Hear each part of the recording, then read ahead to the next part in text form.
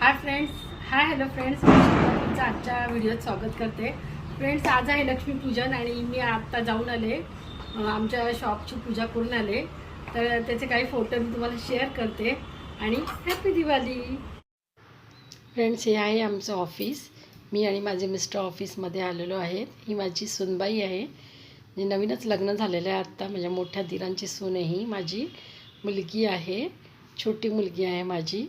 आणि आता आम्ही ऑफिसमध्ये दोघं निवांत पूजा करून बसलो आहे. आम्ही पूजा केल्यावर आम्हाला खूप आनंद झाला. थोडा वेळ टाईम स्पेंड केला.